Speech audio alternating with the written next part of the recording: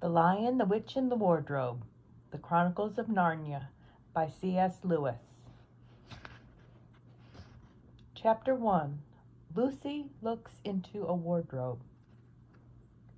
Once there were 4 children, whose names were Peter, Susan, Edmund, and Lucy. This story is about something that happened to them when they were sent away from London during the war because of the air raids. They were sent to the house of an old professor who lived in the heart of the country, 10 miles from the nearest railway station and 2 miles from the nearest post office. He had no wife, and he lived in a very large house with a housekeeper called Mrs. Macready and 3 servants. Their names were Ivy, Margaret, and Betty, but they do not come into the story very much.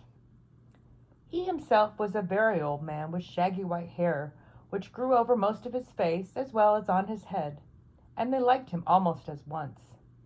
But on the first evening, when he came out to meet them at the front door, he was so odd-looking that Lucy, who was the youngest, was a little afraid of him, and Edmund, who was the next youngest, wanted to laugh and had to keep on pretending he was blowing his nose to hide it.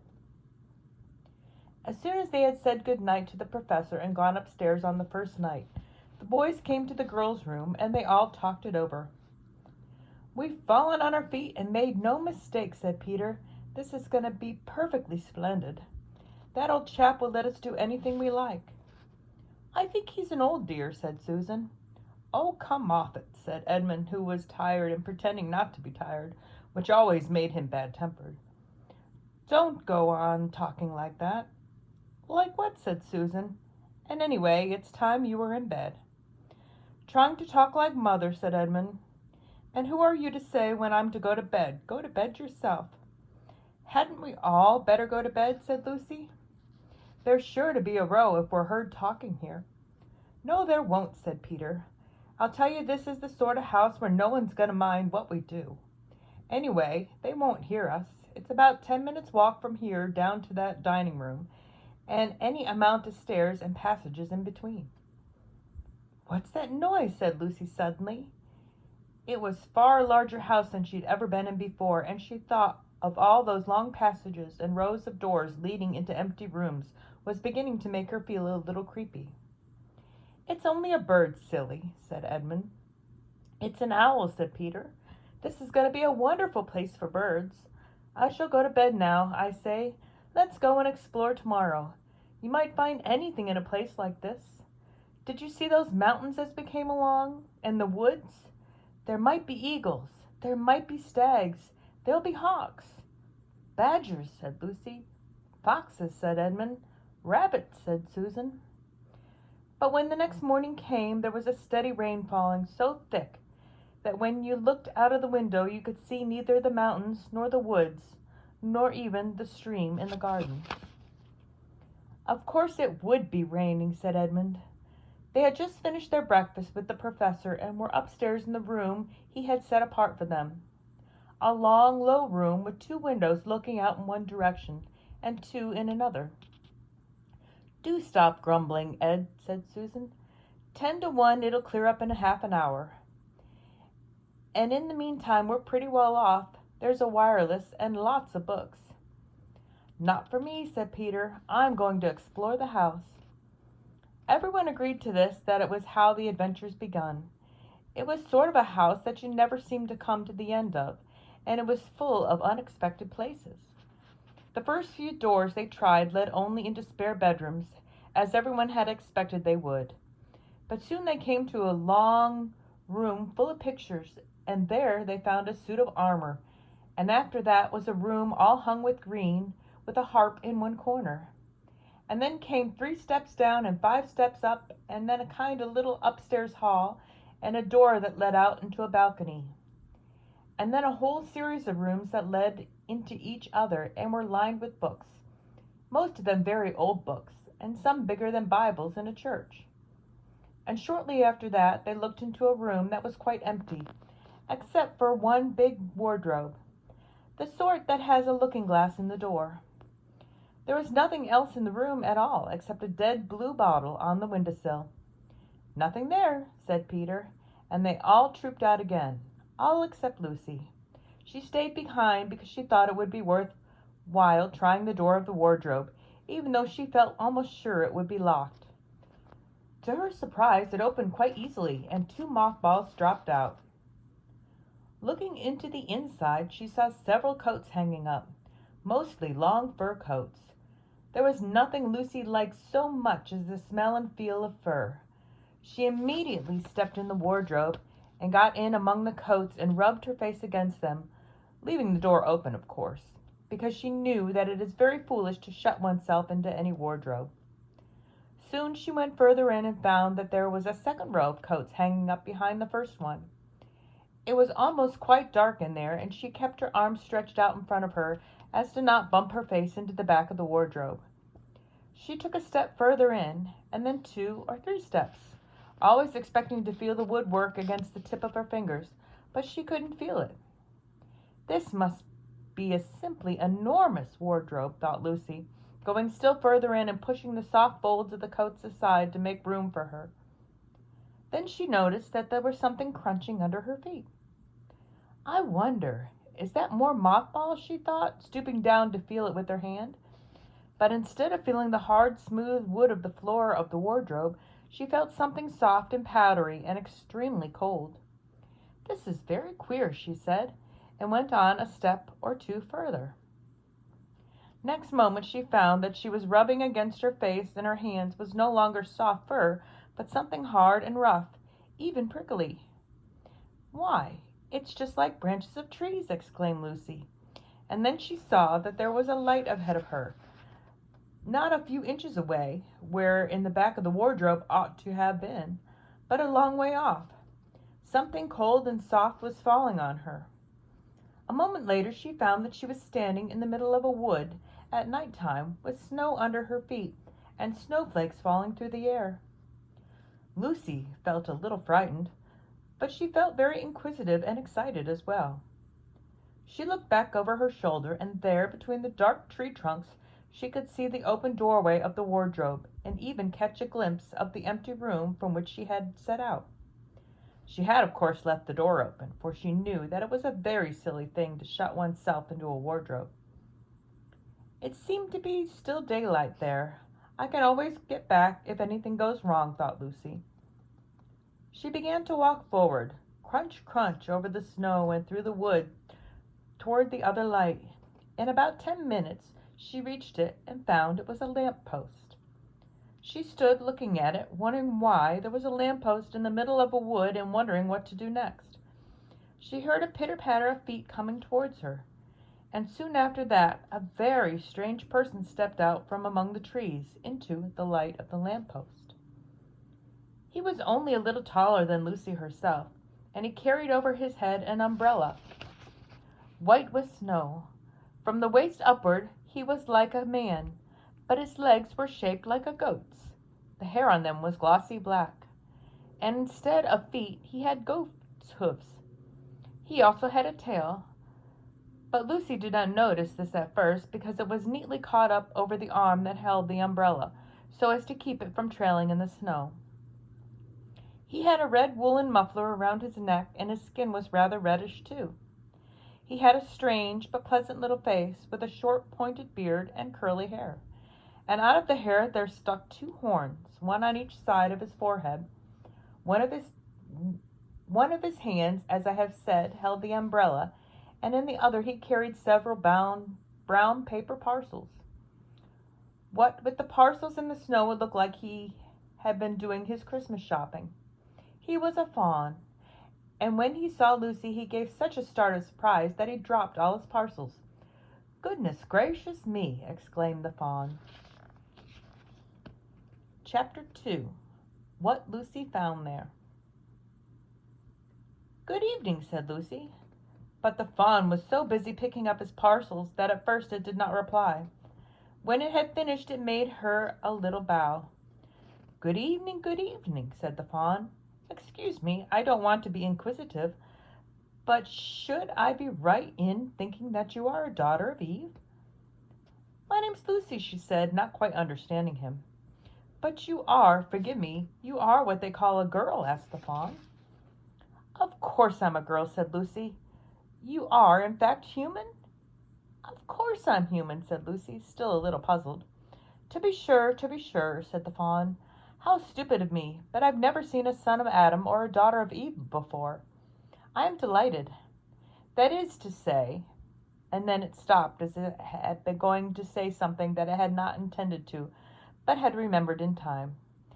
Delighted, it went on. "Allow me to introduce myself. My name is Tumnus." "I'm very pleased to meet you, Mr. Tumnus," said Lucy. "And may I ask, oh, Lucy, daughter of Eve," said Mr. Tumnus, "how have you come into Narnia?" "Narnia? What's that?" said Lucy. "This is the land of Narnia," said the fawn, "where we are now. All that lies between the lamp-post and the great castle of Cair Paravel on the eastern sea. And you have come from the wild wood of the west." I got through the wardrobe in the spare room," said Lucy. "Ah," said Mr. Tumnus in a rather melancholy voice, "if only I had worked harder at geography when I was a little fawn, I should no doubt know all those strange countries. It is too late now." "But they aren't countries at all," said Lucy, almost laughing. "It's only just back there. At least, I'm not sure. It is summer there." "Meanwhile," said Mr. Tumnus, "it is winter in Narnia, and it has been for ever so long, and we shall both catch cold if we stand here talking in the snow. Daughter of Eve from the far land of Space-Ohm, where eternal summer reigns around the bright city of Wardrobe, how would it be if you came and had tea with me?" "Thank you very much, Mr. Tumnus," said Lucy, "but I was wondering whether I ought to be getting back." "It's only just around the corner," said the fawn, "and there'll be a roaring fire, and toast, and sardines, and cake." "Well, it's very kind of you," said Lucy, "but I shan't be able to stay long." "If you will take my arm, daughter of Eve," said Mr. Tumnus, "I shall be able to hold the umbrella over both of us. That's the way. Now, off we go." And so Lucy found herself walking through the wood arm in arm with this strange creature, as if they had known one another for all their lives. They had not gone far before they came to a place where the ground became rough, and there were rocks all about, and little hills up and little hills down.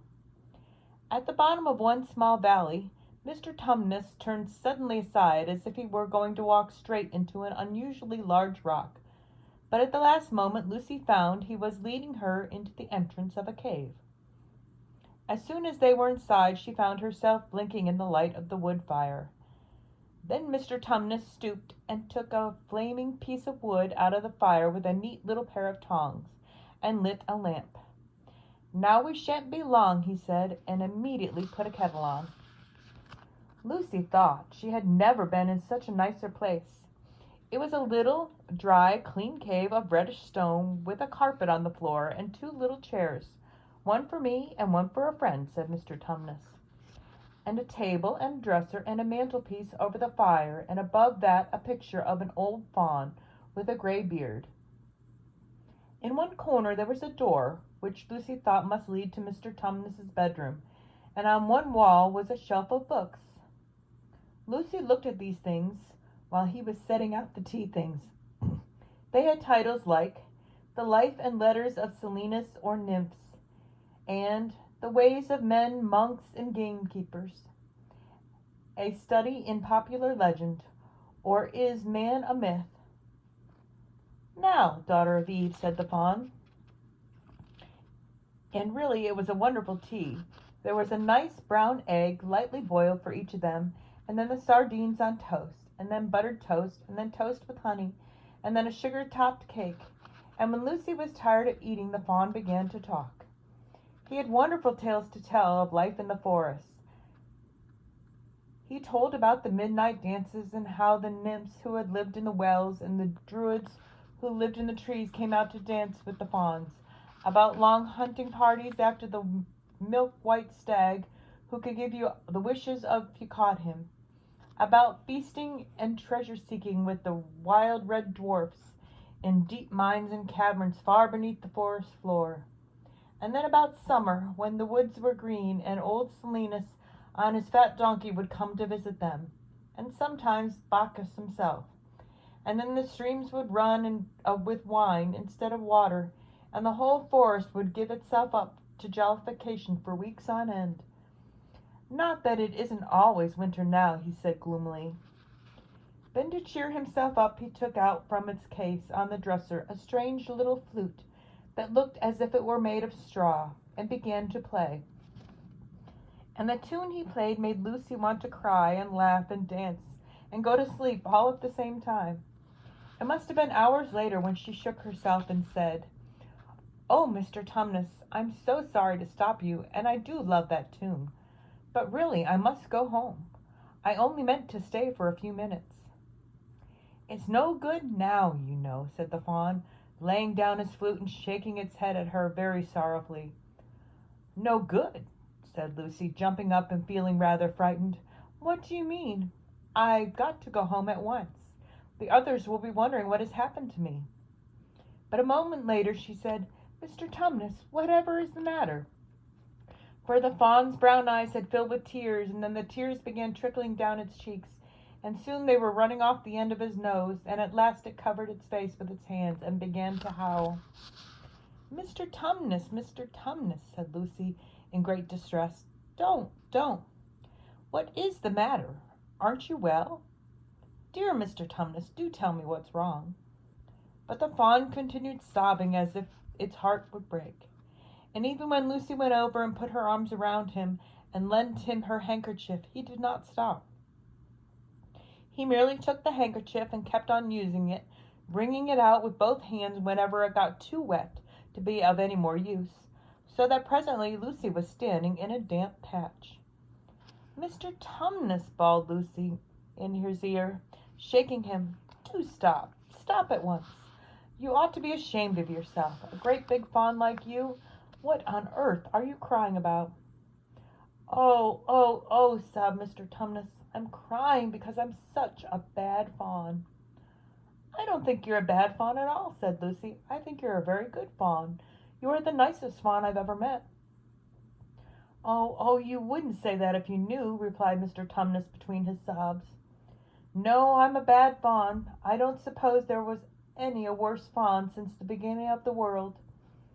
"But what have you done?" asked Lucy. "My old father now," said Mr. Tumnus. "That's his picture over the mantelpiece. He would never have done a thing like this." "A thing like what?" said Lucy. "Like what I've done," said the fawn. "Taken service under the White Witch. That's what I am. I'm in the pay of the White Witch." "The White Witch? Who is she?" "Why, it's she that has got all Narnia under her thumb. It's she that makes it always winter here. Always winter and never Christmas. Think of that." "How awful," said Lucy. "But what does she pay you for?"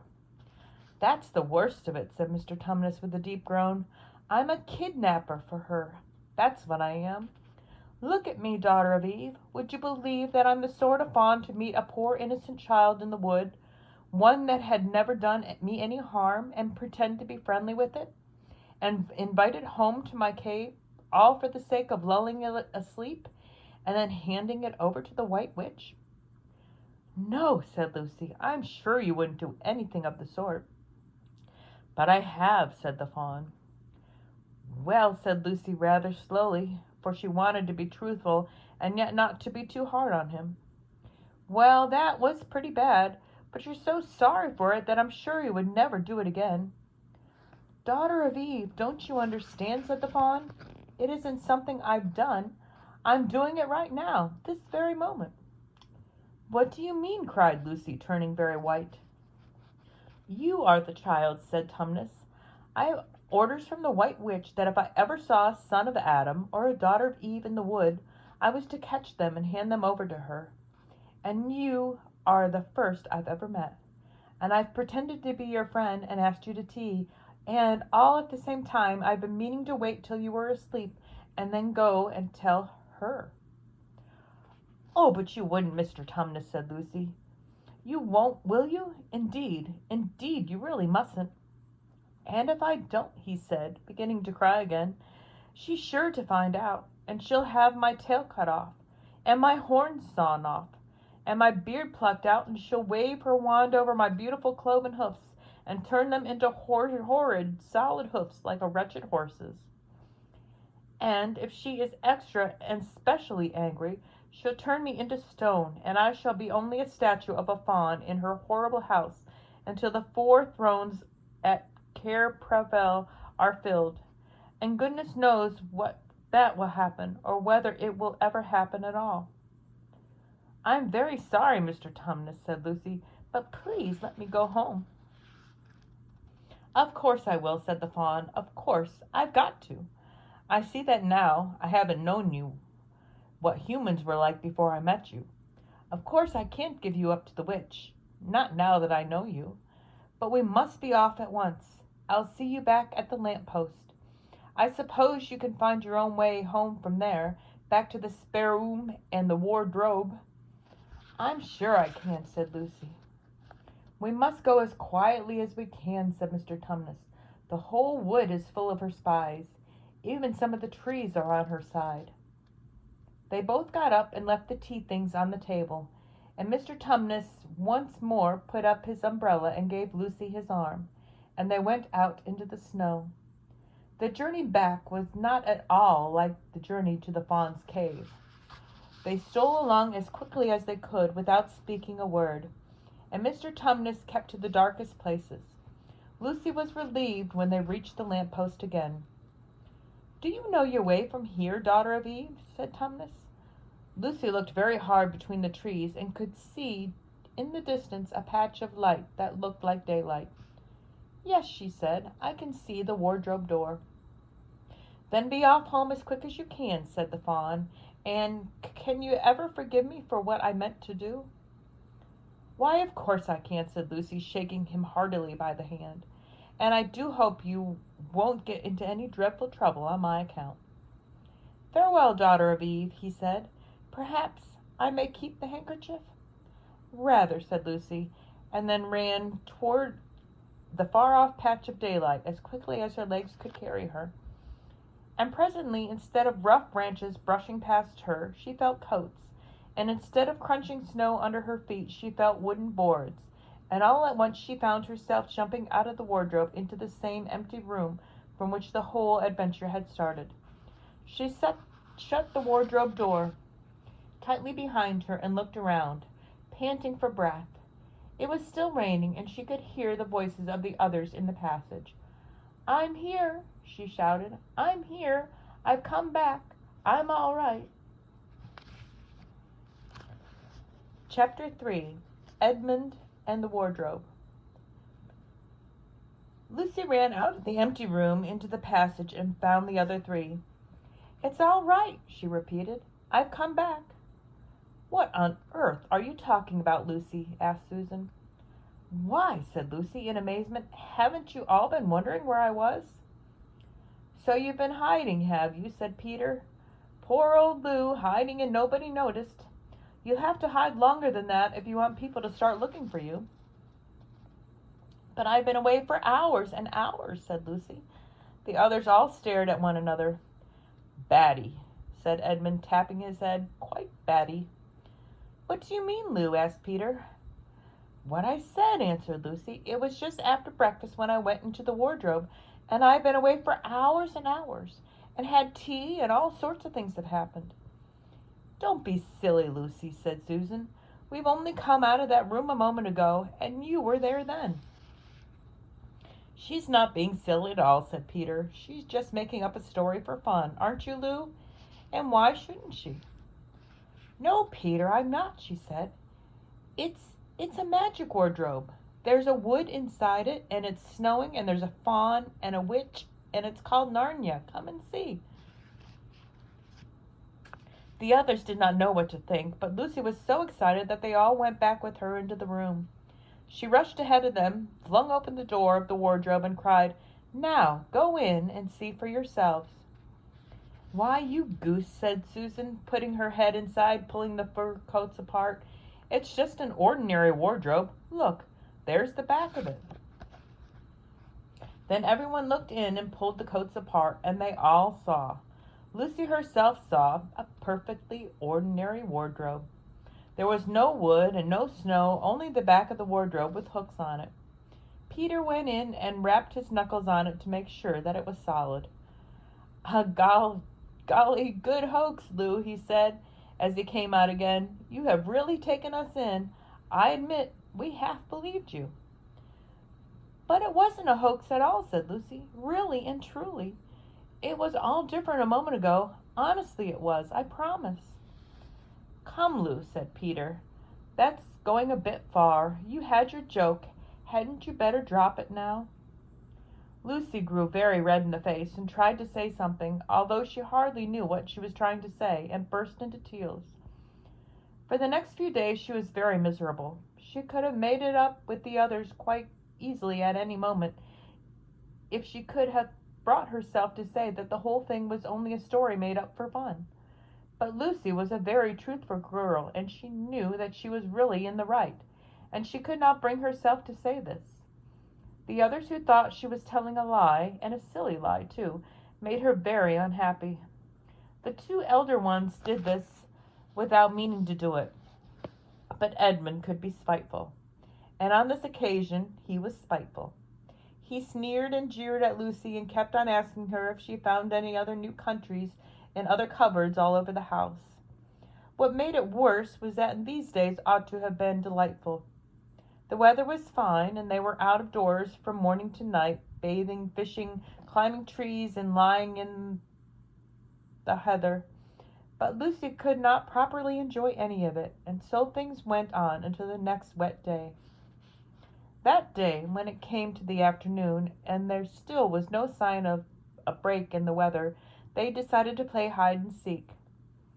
Susan was it, and as soon as the others scattered to hide, Lucy went to the room where the wardrobe was. She did not mean to hide in the wardrobe, because she knew that it would only set the others talking again about the whole wretched business. But she did want to have one more look inside it, for by this time she was beginning to wonder whether Narnia and the Faun had not been a dream. The house was so large and complicated and full of hiding places that she thought she would have some time to have one look into the wardrobe and then hide somewhere else. But as soon as she reached it, she heard steps in the passage outside, and then there was nothing for it but to jump into the wardrobe and hold the door closed behind her. She did not shut it properly because she knew that it was very silly to shut oneself into a wardrobe, even if it is not a magic one.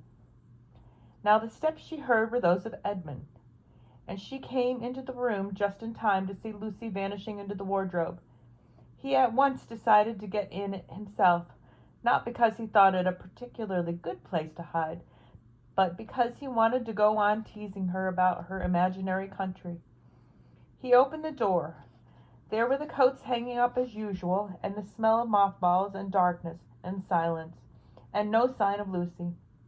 She thinks I'm Susan come to catch her, said Edmund to himself, and so she's keeping very quiet in at the back.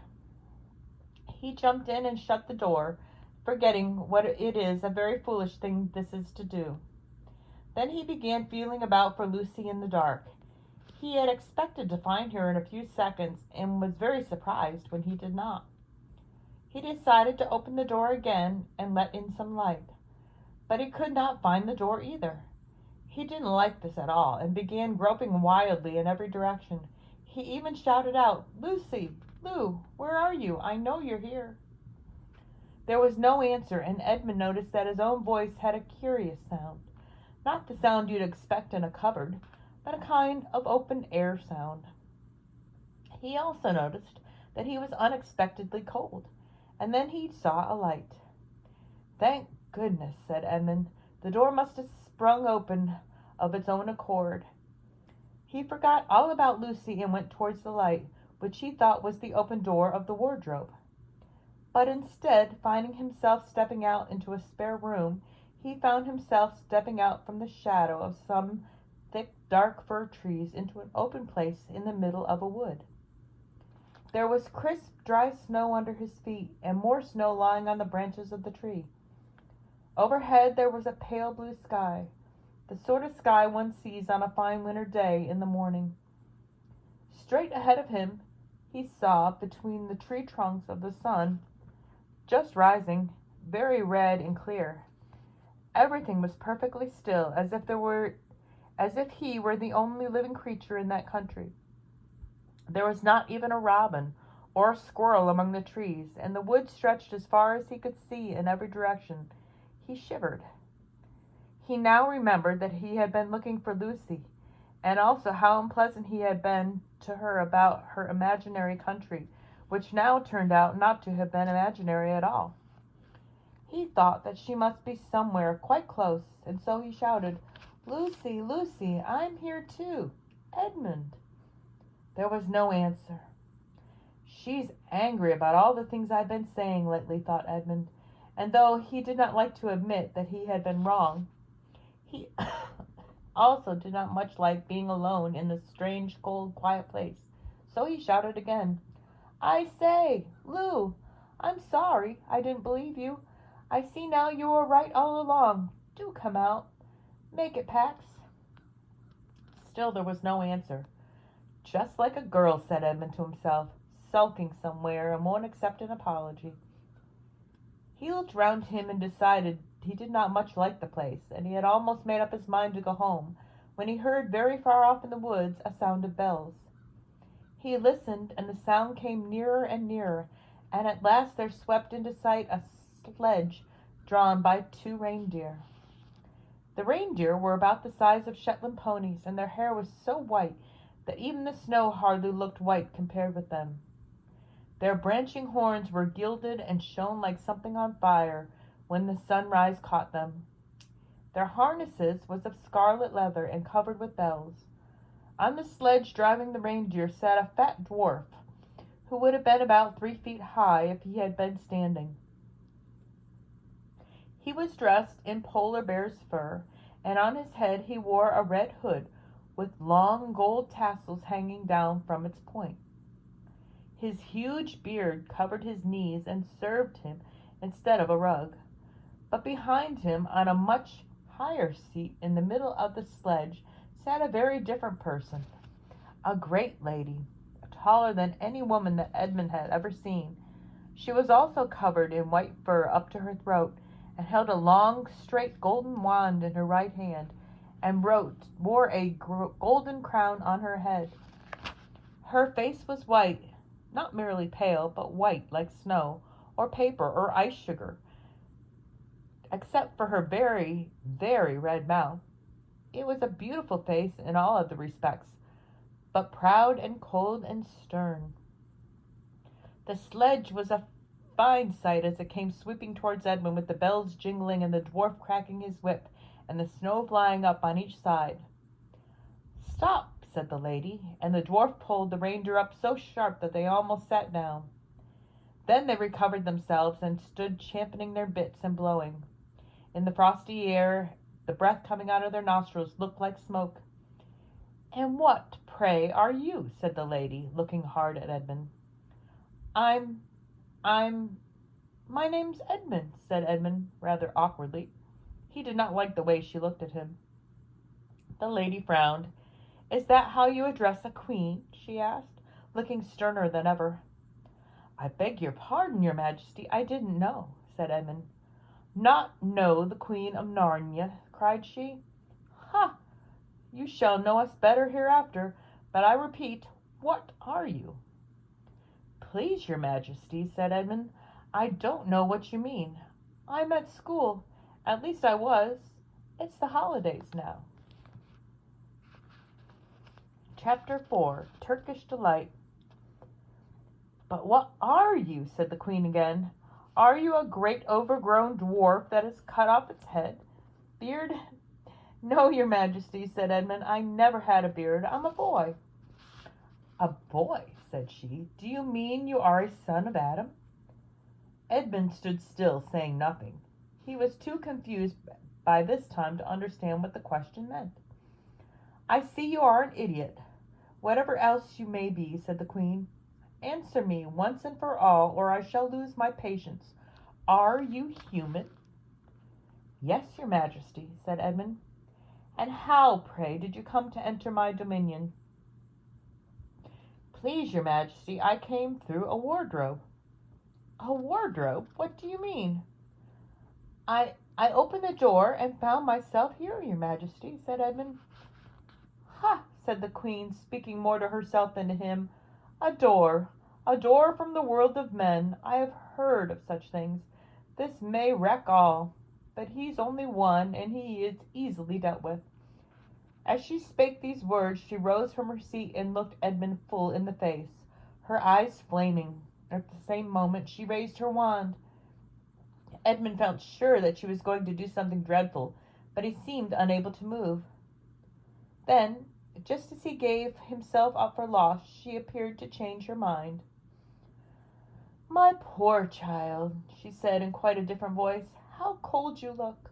Come and sit with me here on the sledge, and I will put my mantle around you, and we will talk." Edmund did not like this arrangement at all, but he dared not disobey. He stepped onto the sledge and sat at her feet, and she put a fold of her fur mantle around him and tucked it well in. "Perhaps something hot to drink," said the Queen. "Should you like that?" "Yes, please, your Majesty," said Edmund, whose teeth were chattering. The Queen took from somewhere among her wrappings a very small bottle which looked as if it were made of copper. Then, holding out her arm, she let one drop of it fall onto the snow beside the sledge. Edmund saw the drop for a second in mid-air, shining like a diamond. But the moment it touched the snow there was a hissing sound, and there stood a jeweled cup full of something that steamed. The dwarf immediately took this and handed it to Edmund, with a bow and a smile, not a very nice smile. Edmund felt much better as he began to sip the hot drink. It was something he had never tasted before, very sweet and foamy and creamy. It warmed him right down to his toes. "It is dull, son of man, to drink without eating," said the Queen presently. "What would you like best to eat?" "Turkish delight, please, your Majesty," said Edmund. The Queen let another drop fall from her bottle onto the snow, and instantly there appeared a round box tied with green silk ribbon, which, when opened, turned out to contain several pounds of the best Turkish delight. Each piece was sweet and light to the very center, and Edmund had never tasted anything more delicious. He was quite warm now and very comfortable. While he was eating, the Queen kept asking him questions. At first Edmund tried to remember that it is rude to speak with one's mouth full, but soon he forgot all about this and thought only of trying to shovel down as much Turkish delight as he could, and the more he ate, the more he wanted to eat, and he never asked himself why the Queen should be so inquisitive. She got him to tell her that he had one brother and two sisters, and that one of his sisters had already been in Narnia and had met a fawn there, and that no one except himself and his brother and his sisters knew anything about Narnia. She seemed especially interested in the fact that there were 4 of them, and kept on coming back to it. "You are sure there are just 4 of you?" she asked. "2 sons of Adam and 2 daughters of Eve, neither more, neither less?"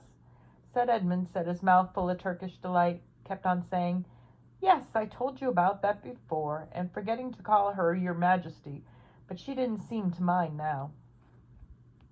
At last the Turkish delight was all finished, and Edmund was looking very hard at the empty box, and wishing that she would ask him whether he would like some more.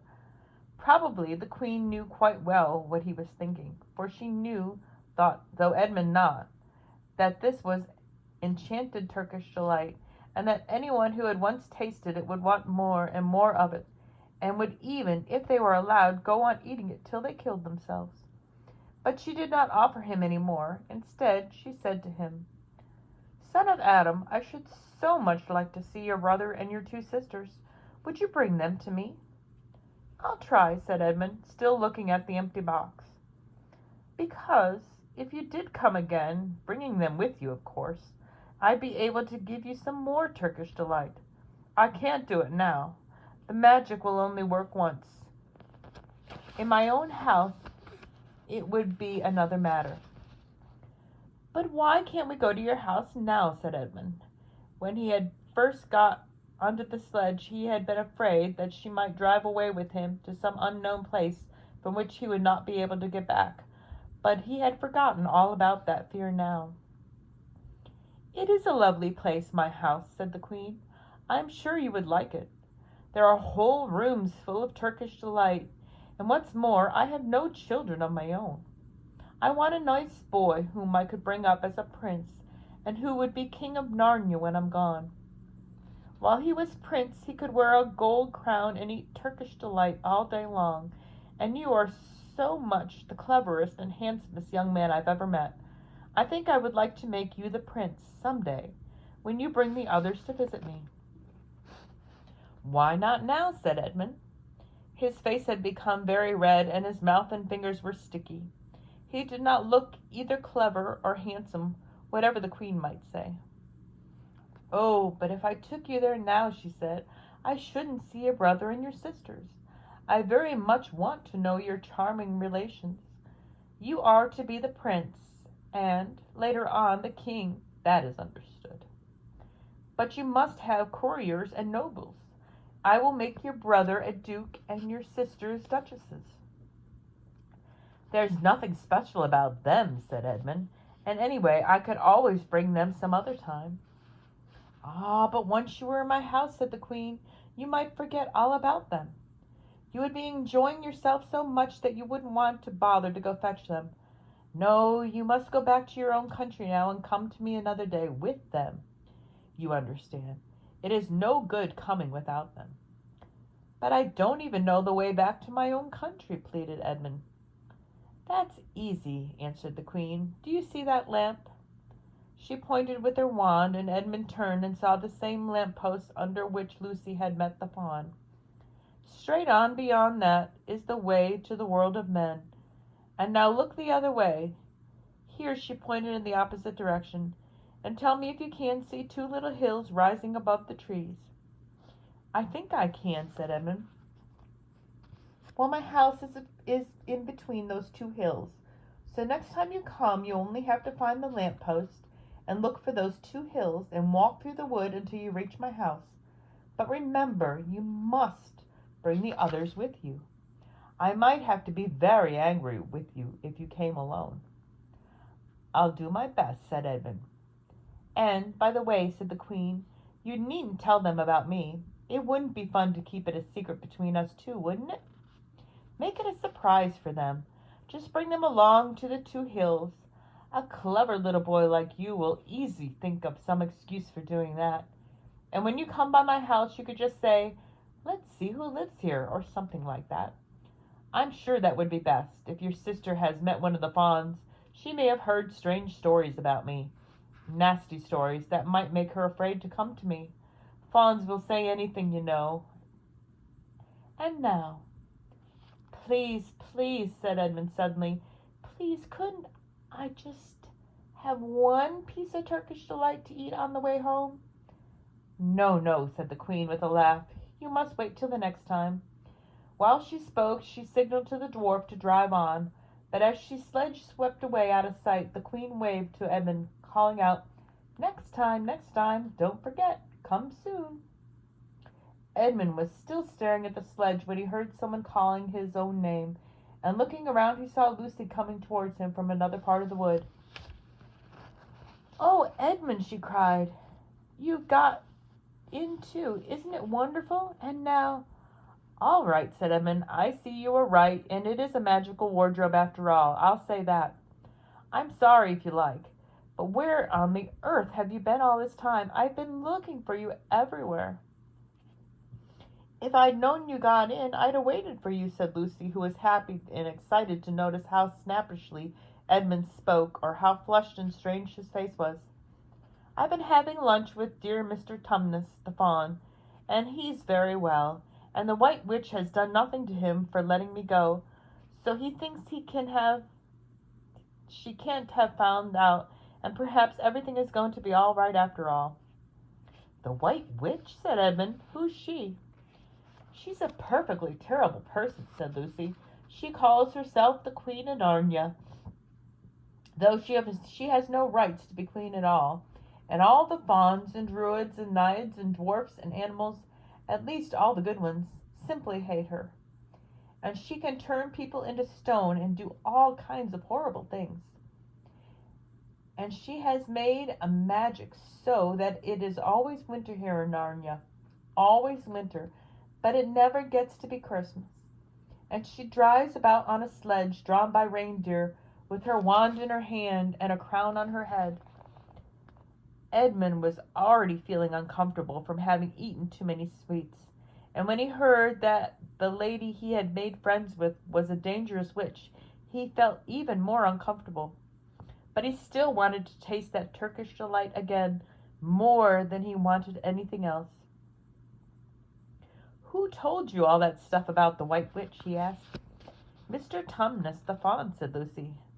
"You can't always believe what fawns say," said Edmund, trying to sound as if he knew far more about them than Lucy. "Who said so?" asked Lucy. "Everyone knows it," said Edmund. "Ask anybody you like. But it's pretty poor sport standing here in the snow. Let's go home." "Yes, let's," said Lucy. "Oh, Edmund, I'm so glad you've gotten to. The others will have to believe that Narnia now that both of us have been there. What fun it'll be." But Edmund secretly thought that he would not be as good fun for him as for her. He would have to admit that Lucy had been right before all the others, and he sure felt that the others would all be on the side of the fawns and the animals. But he was already more than half on the side of the witch. He did not know what he would say, or how he would keep his secret once they were all talking about Narnia. By this time they had walked a good way. Then suddenly they felt coats around them instead of branches, and the next moment they were both standing outside the wardrobe in the empty room. "I say," said Lucy, "don't you look awful, Edmund? Don't you feel well?" "I'm all right," said Edmund, but this was not true. He was feeling very sick. "Come on, then," said Lucy. "Let's find the others. What a lot we shall have to tell them, and what a wonderful adventures we shall have, now that we're all in it together."